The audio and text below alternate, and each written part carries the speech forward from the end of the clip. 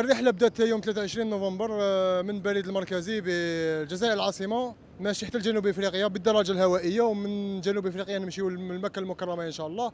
حد الآن نقاطع 12 دولة افريقية، من بينها موريتانيا والسنغال وغينيا كوناكري وسيراليون وليبيريا كوديفوار وغانا والطوغو والبنين ونيجيريا علاش نحكي في نيجيريا باسكو اخطر بلد هو نيجيريا، بعدها الكاميرون وكونغو برازافيل. وتوقفت كونغو برازافيل الحق الكان، قلت علاش ما نجيش ناصر المنتخب الوطني ونبدل تانيك جو.